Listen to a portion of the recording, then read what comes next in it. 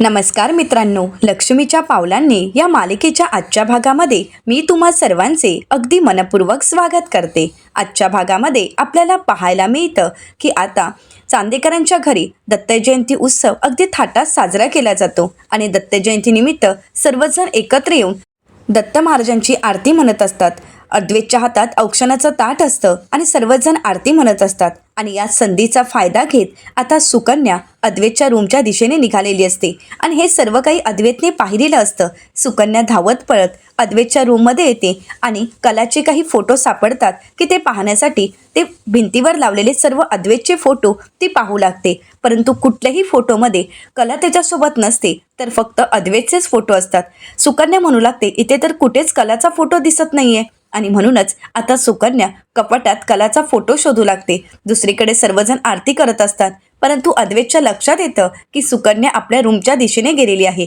तर इकडे ज्यावेळी सुकन्या अद्वैतच्या कपाटात शोधू लागते त्यावेळी तिला एक पेटी सापडते। आता सुकन्या ती पेटी उघडून पाहते तर त्यामध्ये कलाच्या आठवणी असतात आणि कलाने लिहिलेल्या चिठ्ठ्याही असतात। आता अद्वैतने त्या चिठ्ठ्या सर्व आठवणी एका पेटीमध्ये बंद करून ठेवलेल्या असतात। सुकन्या आता ते सर्व काही पाहत असते, तर दुसरीकडे अद्वैत म्हणू लागतो, ही सुकन्या तर माझ्याच रूममध्ये गेली आहे, काही गडबड तर नसेल ना, हिचा काय हेतू असेल असा विचार करत अद्वैतलाही आता सुकन्याचा काय हेतू आहे हे शोधायचं असतं। तर दुसरीकडे सुकन्या सगळ्या वस्तू पाहते आणि त्यानंतर सुकन्याला मिळतो तो कलाचा फोटो। आता कला आणि अद्वैतचा तो मकर संक्रांतीचा फोटो सुकन्याच्या हाती लागलेला असतो। सुकन्या ज्यावेळी तो फोटो हाती घेते त्यावेळी सुकन्याला धक्काच बसतो। सुकन्या म्हणू लागते, ही तर कला आहे, म्हणजेच मी जिला वाचवलं होतं ती। आता सुकन्याला त्यावेळीचे ते क्षण आठवतात। सुकन्याच्या लक्षात येतं, आपण ज्या मुलीला वाचवलं होतं ती मुलगी म्हणजेच या घरची सून कला अद्वैत चांदेकर होती। तर दुसरीकडे अद्वैत विचार करत असतो की सुकन्याचा नक्की काय हेतू असेल। तर दुसरीकडे कला अद्वैतचा फोटो पाहून त्या दोघांचंही एकमेकांवर किती प्रेम असेल हे सुकन्याच्या लक्षात आलेलं असतं। सुकन्या म्हणू लागते, हे एका वर्तुळात घडतंय। मी म्हणत होते की सर वृक्ष आहेत, अरसिक आहेत, परंतु सगळं काही चुकीचं होतं, माझा गैरसमज होता। सर असे नाही आहेत, त्यांची हळवी बाजूही एक आहे जी एका पेटीत बंद केली गेली आहे। सरांची जवळची व्यक्ती त्यांना सोडून गेली आहे आणि जवळची व्यक्ती सोडून गेल्यानंतर त्यांच्या मनात दुःखाचं वादळ अजूनही आहे असं म्हणत आता सुकन्याला अद्वैतची ती बाजू कळालेली असते। तर दुसरीकडे आता अद्वैत सोहमच्या हातामध्ये औक्षणाचा तबक देतो आणि आपल्या रूमच्या दिशेने यायला निघालेला असतो। सर्वच जण दत्त महाराजांची आरती करत असतात, तर सुकन्याचा हेतू काय आहे हे पाहण्यासाठी अद्वैत रूमच्या दिशेने आलेला असतो। तर दुसरीकडे सुकन्या कला अद्वैतच्या फोटोवरून हात फिरवते आणि म्हणू लागते, कलाच्या जाण्यामुळे सर असे झाले आहेत, नाहीतर अद्वैत सर खरंच खूप इमोशनल आहेत। आज कला त्यांच्यासोबत नाही तरीसुद्धा तिच्या आठवणी आणि तिच्या प्रत्येक वस्तू त्यांनी आजही जपून ठेवल्या आहेत। तिच्या आठवणी या पेटीत आणि स्वतःच्या भावना मनात बंद करून ठेवल्या आहेत। आता सुकन्या अद्वैतचा विचार करत असते आणि त्याच वेळी अद्वैत रूममध्ये आलेला असतो आणि ते दृश्य पाहिल्यानंतर अद्वैतला धक्काच बसतो। अद्वैत सुकन्यावर चिडतो आणि म्हणू लागतो, तुमची हिंमतच कशी झाली माझ्या या वस्तूंना हात लावायची। तर आता सुकन्या म्हणू लागते, सर। तर अद्वैत म्हणतो, शांत राहायचं, एक शब्दही बोलू नका, माझ्या पर्सनल गोष्टींमध्ये पडायची तुम्हाला गरजच काय आहे। आणि खरं तर माझ्या पर्सनल वस्तूंपर्यंत पोचण्याचा तुमचा बिझनेस नाही आहे। मला सांगा, तुम्ही इथे का आलात, तुमचा हेतू काय आहे आणि तुम्ही नक्की कोणत्या उद्देशाने इथे आला आहात। सुकन्या काहीतरी बोलण्याचा प्रयत्न करेल, परंतु अद्वैत मात्र सुकन्याला काहीच बोलू देत नाही आणि म्हणू लागतो, नाही, मला काही ऐकून घ्यायचं नाही, मला फक्त इतकंच सांगा, कोण आहात तुम्ही आणि का आलात तुम्ही इथे। असं म्हणत असताना अद्वैतला त्रास होऊ लागतो। सुकन्या अद्वैतला सावरते, त्याला शांत बसवते आणि त्यानंतर त्याला प्यायला पाणी देते आणि म्हणू लागते, सर प्लीज तुम्ही शांत व्हा, मी हायपर होऊ नका, कालच तुम्हाला अस्थमाचा अटॅक येऊन गेला आहे, सर प्लीज स्वतःला सावरा। तर अद्वैत म्हणतो, तू माझी काळजी करायची काहीच गरज नाहीये, तुम्ही नक्की कोण आहात एवढंच मला सांगा। सुकन्या म्हणते, हो सर, मी सगळं काही तुम्हाला सांगेन, पण प्लीज सर थोडं शांत व्हा। असं म्हणत सुकन्या अद्वैतला शांत करते, त्याला सावरते। सुकन्या अद्वैतला म्हणते, सर शांत व्हा आणि माझ्या एका प्रश्नाचं उत्तर द्या, हा फोटो कलाचाच आहे ना? तर अद्वैत म्हणतो तुम्हाला काय करायचं आहे? सुकन्या म्हणते सर शांत व्हा, मी तुम्हाला सगळ्यात महत्त्वाची गोष्ट सांगत आहे. अद्वैत म्हणतो काय सांगायचं आहे तुम्हाला? तर सुकन्या म्हणू लागते सर त्या दिवशी अपघात झाला होता, त्यावेळी मीच यांना वाचवलं होतं, मीच त्यांना हॉस्पिटलला घेऊन गेले होते. आता हे ऐकल्यानंतर अद्वैतला धक्काच बसतो. अद्वैतला ते कलाचे हॉस्पिटलमधील क्षण आठवू लागतात. अद्वैत आणि कलाची झालेली शेवटची भेट अद्वैतला आठवत असते आणि या सगळ्यामुळे अद्वैतला पुन्हा एकदा त्रास होऊ लागतो. सुकन्या म्हणते सर सॉरी, मी आता तुम्हाला काही बोलणार नाही, आपण या विषयावर नंतर बोलू. असं म्हणत सुकन्या अद्वैतला म्हणते सर मी हे सगळं काही आवरून ठेवते. असं म्हणत सुकन्या आता कलाची ती पेटी आवरून ठेवते आणि पुन्हा एकदा ती कपाटात बंद करते. तर त्यानंतर सुकन्या अद्वैतचा इनेलर देते आणि म्हणू लागते सर हा तुमचा इनेलर तुमच्यासोबतच असू देत. असं म्हणत सुकन्या तिथून निघून जाते. अद्वैतला अस्थमाचा त्रास होत असतो. अद्वैत आता इनेलर वापरतो आणि त्यानंतर स्वतःला शांत करतो. तर दुसरीकडे पाहायला मिळतं सरोज मॅडम आबांना म्हणू लागतात आबा कितीही काही झालं तरी अद्वैत मात्र तुमच्या शब्दाबाहेर नाही. आज तुमच्या शब्दाखातर तो देवाच्या आरतीसाठी तरी उभा राहिला आणि म्हणूनच आज मला ते पाहून खूप बरं वाटलं. आणि त्याचवेळी सुकन्या त्या ठिकाणी येते, रॉकेटटीला आरती देतो. तर त्यानंतर सुकन्या आता देवाचे आशीर्वाद घेते आणि सरोज मॅडमना म्हणते सरोज मॅडम आज मला एक गोष्ट कळाली आहे. सरोज मॅडम आता सुकन्याला विचारतात काय ग कोणती? तर सुकन्या सरोज मॅडमना प्रश्न करत म्हणते सरोज मॅडम कला तुमची सून होती ना? आता मात्र इकडे रोहिणी आत्या आणि राहुलला धक्काच बसतो. तर सरोज मॅडम म्हणतात की हो का ग तू कशासाठी विचारत आहेस? तर सुकन्या म्हणते एवढ्याचसाठी की ज्या व्यक्तीचा अपघात झाला होता आणि जिला मी हॉस्पिटलला घेऊन गेले होते ती व्यक्ती म्हणजेच तुमची सून कला होती. आता हे ऐकल्यानंतर सर्वांनाच धक्का बसतो. सुकन्या म्हणते हो कलाला मीच हॉस्पिटलला घेऊन गेले होते, तिला हॉस्पिटलला घेऊन जाणारी व्यक्ती मीच होते. तर सरोज मॅडम आता सुकन्याला विचारतात काय? सुकन्या म्हणते हो सरोज मॅडम त्या दिवशीचा तो अपघात आजही माझ्या डोळ्यासमोर आहे, मी तिला वाचवण्याचा खूप प्रयत्न केला. असं म्हणत आता सुकन्या घडलेला सर्व प्रकार सरोज मॅडमला सांगू लागते. कशा प्रकारे सुकन्याने तो अपघात पाहिलेला असतो. ज्यावेळी कला रस्त्याच्या मध्ये उभी असते त्यावेळी एक गाडी येऊन तिला धडक देऊन गेलेली असते. सुकन्या धावत पळत कलाकडे जाते, तिला सावरते, परंतु त्यावेळी कलाच्या डोक्यातून भरपूर असा रक्तस्राव झालेला असतो. सुकन्या तिच्या हाताची नाडी चेक करते, ती जिवंत आहे हे लक्षात येताच ती ॲम्ब्युलन्स बोलावते आणि सिटी हॉस्पिटलमध्ये तिला दाखल करते. हे सगळं काही ऐकल्यानंतर सरोज मॅडम आबा या सगळ्यांच्याच डोळ्यात अश्रू येतात. आबा आता देवाचे आभार म्हणतात देवा दत्तात्रेया तुझी लीला अघात आहे. आज तुझ्या कृपेने गेली कित्येक महिने अद्वैत ज्या गोष्टीचा शोध घेत होता त्याच्याशी निगडीत व्यक्ती तू आज माझ्या घरापर्यंत आपोआपच घेऊन आलायस. तू काहीतरी संकेत देण्याचा प्रयत्न करतोयस देवा. असं म्हणत आता आबा देवाचे आभार मानू लागतात. तर दुसरीकडे रोहिणी आत्या मात्र चांगलेच अस्वस्थ झालेले असतात. त्यांच्या कर्माची फळं आता त्यांच्या समोर येऊन उभी ठाकलेली असतात. रोहिणी आत्यांना काय करावं काहीच कळत नसतं. त्यांना सतत आता सुकन्याचं बोलणं आठवत असतं. रोहिणी आत्या खूप अस्वस्थ होतात आणि त्याचवेळी राहुल रूममध्ये येतो आणि रोहिणी आत्यांना आवाज येत म्हणतो मम्मा. रोहिणी आत्या म्हणतात राहुल अरे मला काहीच कळत नाहीये. अरे त्या दिवशी कलाचा ॲक्सिडेंट झाला आणि कलाला हॉस्पिटलला घेऊन जाणारी व्यक्ती नेमकी आपल्याच घरात कशी आली? हे सगळं काही कोणी मुद्दामून घडवून आणत आहे की नशीब आपल्यासोबत खेळ खेळत आहे? रोहिणी आत्यांना आता चांगलीच अद्दल घडायची वेळ आलेली असते. रोहिणी आत्या खूप घाबरून गेलेल्या असतात. त्यांना काय करावं काहीच सुचत नसतं. तर राहुलला म्हणतात राहुल आता आपला खेळ संपला. अरे ती व्यक्ती आता आपलं नाव सांगणार, मग पोलीस आपल्यापर्यंत येणार, आपल्याला घेऊन जाणार, मग आपल्याला फाशी होणार आणि आपला खेळ पूर्णच संपणार. नाही राहुल असं काहीही व्हायला नको. नाही राहुल आता मला काहीतरी करायलाच हवं. त्या मुलीला या घरात ठेवणं आपल्यासाठी धोक्याचं आहे. काही करून आत्ताच्या आता त्या मुलीला घराबाहेर काढावंच लागेल. राहुल चल आत्ताच त्या मुलीला आपण घराबाहेर काढायचं आहे. राहुल रोहिणी आत्यांना शांत करतो आणि म्हणू लागतो मम्मा प्लीज शांत हो, तू स्वतःला सावर. परंतु सुकन्याच्या येण्यामुळे आता रोहिणी आत्यांच्या पायाखालची जमीन चांगलीच सरकलेली असते. राहुल म्हणू लागतो मम्मा तुला कळतंय का ती काय म्हणाली? तिने ॲक्सिडेंट होताना पाहिलं आहे, पण हे ॲक्सिडेंट कोणी घडवून आणलं आहे आणि कोणी केलं आहे याबद्दल तिला काहीच माहीत नाही. त्यामुळे प्लीज तू हा मनातून विचारच काढून टाक. रोहिणी आत्या विचारतात कशावरून? राहुल म्हणतो अगं बघ ना, जर तिने आपल्या दोघांना बघितलं असतं तर ज्या दिवशी ती आली त्याच दिवशी तिने आपल्याकडे बोट दाखवून आपण आरोपी आहोत हे सांगितलं असतं, किंवा तिने अद्वैतलाही सांगितलं असतं आणि मग अद्वैतनं आपल्याला सोडलं असतं का? आणि सगळ्यात महत्त्वाचं म्हणजे तिला जर आपल्याला ब्लॅकमेल करायचं असतं तर तिने तसं जाळंही टाकलं असतं, पण तिने तसं काहीच केलं नाही. याचाच अर्थ तिला माहीतही नाहीये की तो अपघात आपणच घडवून आणला आहे. रोहिणी आत्या म्हणतात, ते काही असू देत, तुला काही वाटू देत, परंतु मी त्या नर्सला या घरात राहू देणार नाही. मी आत्ताच्या आत्ता तिला घराबाहेर काढणार. असं म्हणत रोहिणी आत्या आता तिथून सुकन्याला घराबाहेर काढण्यासाठी निघत असतात. तर त्याच वेळी राहुल रोहिणी आत्यांचा हात पकडतो आणि त्यांना थांबवत म्हणतो, मम्मा थांब, तू असं काही करणार नाहीयेस. अगं तुला कळतंय का, आत्ताच त्या नर्सने सत्य सांगितलंय ना, मग जर तिला आत्ताच आपण घराबाहेर काढलं तर कोणालाही आपल्यावर संशय येऊच शकतो. त्यापेक्षा नाही मम्मा, तू थोडी शांत हो, आपण सगळं काही करू, पण व्यवस्थितपणे प्लॅनिंग करून. रोहिणी आत्या म्हणतात, काही करून त्या नर्सला या घराबाहेर काढलंच पाहिजे. आणि राहुल, एक गोष्ट विसरू नकोस, ती आपल्यासाठी आता नर्स नाही आहे, तर ती आपल्या डोक्यावरची टांगती तलवार आहे आणि तिचा काटा काढायलाच हवा. रोहिणी आत्या चांगल्याच घाबरून गेलेल्या असतात. तर राहुल म्हणतो, मम्मा आपण तिला घराबाहेर काढणार आहोत, पण शांतपणे. आता असं काहीतरी करायचं आहे, म्हणजे तिच्याच हातून अशी काहीतरी चूक घडायला हवी की घरच्या सगळ्यांना वाटायला हवं, बरं झालं ती घरातून निघून गेली.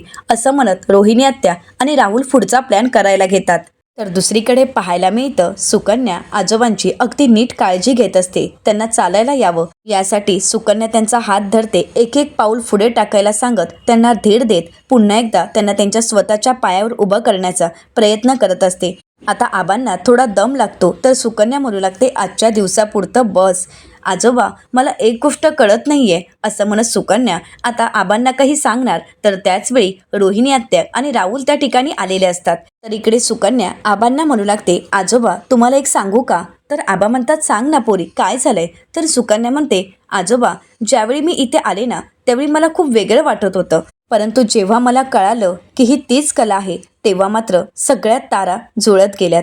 तर आबा म्हणू लागतात, मी तुला म्हटलं होतं ना की तुझ्या अगोदरसुद्धा मला आजोबा म्हणणारी व्यक्ती या घरात होती, तर ती तीच होती, माझी कला, माझी सून. आणि आज अगदी तिच्याप्रमाणे तूही मला आजोबा म्हणतेस. सगळं काही जुळून येत आहे. आता एकदा का माझ्या कलाच्या या सगळ्या अपघाताचा छडा लागला, या सगळ्यामध्ये कोण दोषी आहे हे कळालं ना, की माझा अद्वैत अगदी पूर्वीसारखा होईल. देवाजवळ माझी एवढीच प्रार्थना आहे, देवाने एवढीच कृपा करावी. तर सुकन्या म्हणू लागते, आजोबा काळजी करू नका, देव आपल्या पाठीशी आहे, देव आहे या जगात आणि तो सगळं काही नीट करेल. देव सगळं काही बघत असतो आणि प्रत्येकाला त्याच्या कर्माची शिक्षा ही भोगावीच लागते. तुम्ही काळजी नका करू. तर आता हे सर्व काही रोहिणी आत्यांनी ऐकलेलं असतं. रोहिणी आत्या म्हणू लागतात, सुकन्या आज तुझा या घरातील शेवटचा दिवस असेल. तुला बेजबाबदार करून या घराबाहेर नाही काढलं तर नावाची रोहिणी नाही. आता एका दगडात दोन पक्षी मारणार आहे. तुझ्या या बेजबाबदारपणामुळे या म्हाताऱ्याला तर काही होणारच आहे, पण तुझंही करिअर बर्बाद होणार आहे आणि ते मी करणार आहे, आणि तेही आजच. असं म्हणत रोहिणी आत्या आणि राहुलने आता सुकन्याला घराबाहेर काढण्यासाठी एक प्लॅन आखलेला असतो. तर इकडे सुकन्या आबांना आधार देत त्यांना चालायला शिकवत असते, त्यांना सावरत असते. तर इकडे रोहिणी आत्या म्हणू लागतात, सुकन्या आता तुझा खेळ संपला. आता या घरातला तुझा शेवटचा दिवस असणारच आहे. आज तुझ्यामुळे माझ्यावर ही वेळ आली आहे, परंतु आज तुला कशा प्रकारे घराबाहेर काढते ते तू बघतच राहा. केअरटेकर म्हणून आली आहेस ना, पण बघ आता तुझा हा बेजबाबदारपणा तुला घेऊन येणाऱ्याच्याही कशा लक्षात आणून देते ते बघतच राहा. मग दुसऱ्यांच्या आयुष्यात नाक खुपसल्यावर काय होतं ते तुलाही कळेल. असं म्हणत आता रोहिणी आत्या राहुलला म्हणतात, राहुल तुझ्या पर्सनल नंबरवरून हिला फोन कर बघू. राहुल म्हणतो, अगं मम्मा, मी जर हिला फोन केला तर हिला अगोदरच नाही का कळणार मी कोण आहे? रोहिणी आत्या म्हणतात, म्हणूनच तर मी तुला मूर्ख म्हणते. राहुल मी तुला काय म्हणाले, तुझ्या पर्सनल नंबरवरून फोन कर. आणि तू जर तुझ्या पर्सनल नंबरवरून हिला फोन केलास तर हिला कसं कळणार आहे की तू कोण बोलतोयस हे? राहुल म्हणतो, सॉरी. असं म्हणत आता राहुल फोन करण्यासाठी बाजूला निघून जातो. तर रोहिणी आत्याही घरात निघून येतात.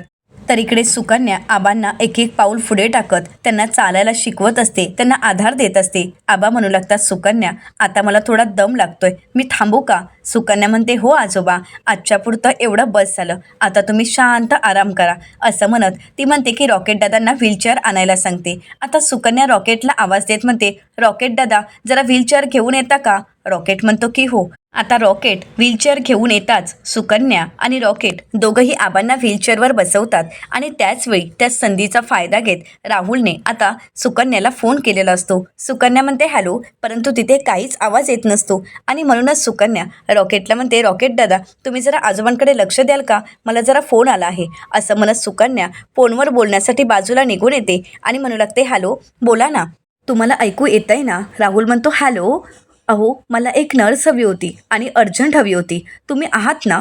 तर आता सुकन्या म्हणते नाही सॉरी, मला जॉब मिळाला आहे आणि तोही 24 तासासाठी. तर राहुल म्हणतो अहो परंतु आम्हाला 12 तासासाठी हवी होती, प्लीज काही होत असेल तर बघा ना. सुकन्या म्हणते नाही, ऑलरेडी मी एका ठिकाणी जॉबला लागली आहे आणि तो जॉब मी नाही सोडू शकत, त्यामुळे प्लीज सॉरी. तर आता राहुल म्हणू लागतो परंतु तुमच्या ओळखीचा जर कोणी असेल तर प्लीज आम्हाला नंबर तरी देता का? तर आता सुकन्या काही बोलत असते, तिचं आणि राहुलचं बोलणं चालू असतं आणि त्याच संधीचा फायदा घेत रोहिणी आत्या आता आबांची व्हीलचेअर पुढे ढकलून देतात.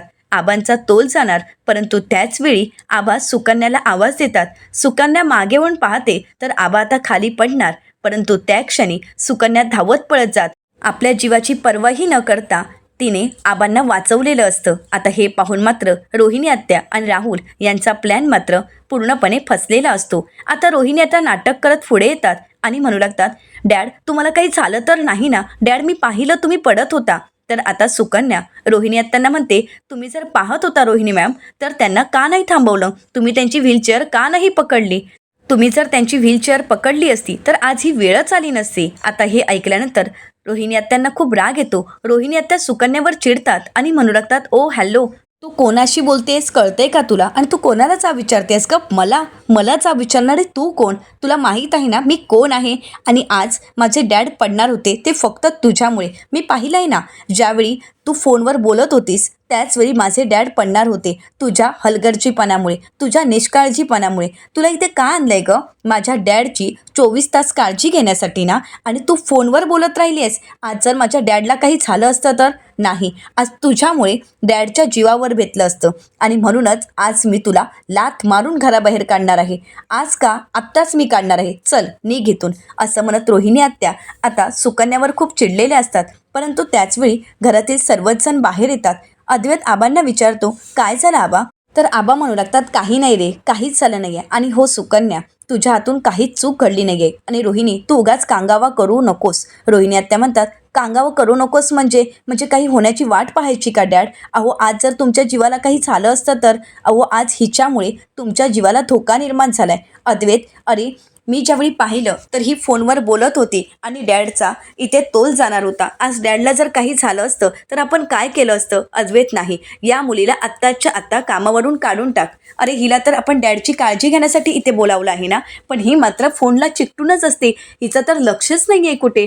त्यामुळे नाही अद्वैत, अशी मुलगी आपल्या डॅडच्या काळजीसाठी आपल्याला नको आहे आणि मी तर आता कुठली रिस्क घेणारच नाही आहे. मी तर म्हणते की हिला आत्ताच इथून बाहेर काढ. तर आता अद्वैत मात्र शांतच असतो. रोहिणी आत्या म्हणतात आणि ही उद्धट मलाच म्हणते की तुम्ही का नाही त्यांची काळजी घेतली? आणि अद्वैत हिची काळजी घ्यायची जबाबदारी आहे ना, मग ही जबाबदारी सोडून अशी फोनवर कशी काय बोलू शकते? तर आता आबा म्हणतात नाही, यामध्ये तिची काहीच चूक नाही.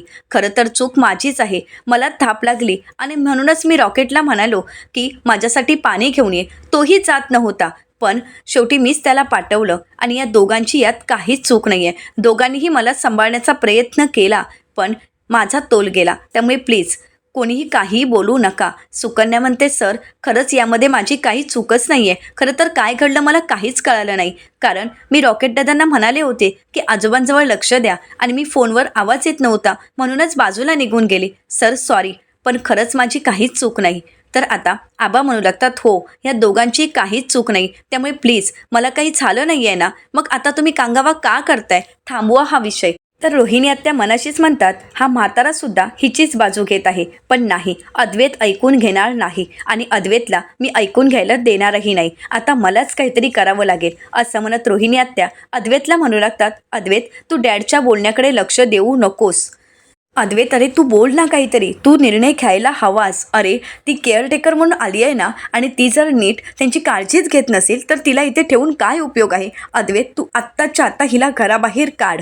आता अद्वैतला सुकन्याचं बोलणं आठवतं. सुकन्या म्हणालेली असते की मिस कला मॅडमना हॉस्पिटलला घेऊन गेले होते, त्यांचा जीव वाचवण्याचा मीच प्रयत्न केला होता. आता हे सगळं काही आठवल्यानंतर अद्वैत मनाशीच म्हणतो, ज्या मुलीने माझ्या कलाला वाचवण्यासाठी एवढ्या जीवाच्या आकांताने प्रयत्न केले, स्वतःला त्रास होत असूनही तिने माझ्या कलाला वाचवलं आणि आज ती आबांचीही अगदी मनापासून काळजी घेत आहे आणि तरीसुद्धा मी तिला घराबाहेर काढावं असं कसं शक्य आहे? माझ्या मनाला पटत नाही आणि मला वाटतही नाही आहे की ती हे सगळं काही मुद्दामहून करेल. तिने हे काही मुद्दामहून केलं नसेल किंवा तिचा कुठलाही हेतू नसेल. आता अद्वैत काहीच बोलत नसतो आणि म्हणूनच रोहिणी आत्या अद्वैतला म्हणतात, अरे अद्वैत काहीतरी बोल.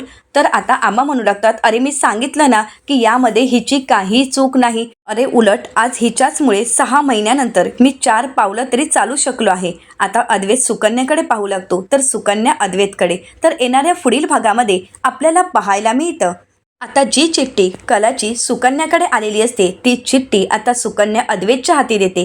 अद्वैत ती चिठ्ठी वाचतो तर त्यामध्ये लिहिलेलं असतं, चांदेकर, राहुल आणि रोहिणी आत्यांचा आपल्या प्रॉपर्टीवर डोळा आहे. ती संपूर्ण प्रॉपर्टी हिसकावून घेण्याचा ते प्रयत्न करत आहेत. आपलं कुटुंब, आपलं घर वाचव चांदेकर. आता हे ऐकल्यानंतर वाचल्यानंतर अद्वैतला धक्काच बसतो. अद्वैत तिथेच कोसळतो. अद्वैत म्हणतो, याचाच अर्थ माझ्या कलाला राहुल आणि रोहिणी आत्यानेच मारलं आहे, तर म्हणजे या दोघांनाही शिक्षा व्हायलाच हवी. तर सुकन्या हात पुढे करत अद्वैतला म्हणू लागते, या सगळ्यात मी तुमच्यासोबत आहे. आता अद्वैतही सुकन्याच्या हातात हात देतो. आता सुकन्या आणि अद्वैत मिळून रोहिणी आत्या आणि राहुल यांना त्यांच्या कर्माची शिक्षा कशा प्रकारे देतील आणि सुकन्या आणि अद्वैत यांचं नातं कुठल्या वळणावर येऊन ठेपेल हे पाहणं अतिशय रंजक ठरणार आहे. मित्रांनो, अशाच मालिकांचे नवनवीन अपडेट पाहण्यासाठी चॅनलला नक्कीच सबस्क्राईब करा. आणि हो, आजचा हा व्हिडिओ तुम्हाला कसा वाटला हे कमेंट करून नक्कीच कळवा. आजचा हा व्हिडिओ जर तुम्हाला आवडला असेल तर व्हिडिओला लाईक करायलाही विसरू नका. व्हिडिओ पाहिल्याबद्दल तुम्हा सर्वांचेच अगदी मनपूर्वक धन्यवाद.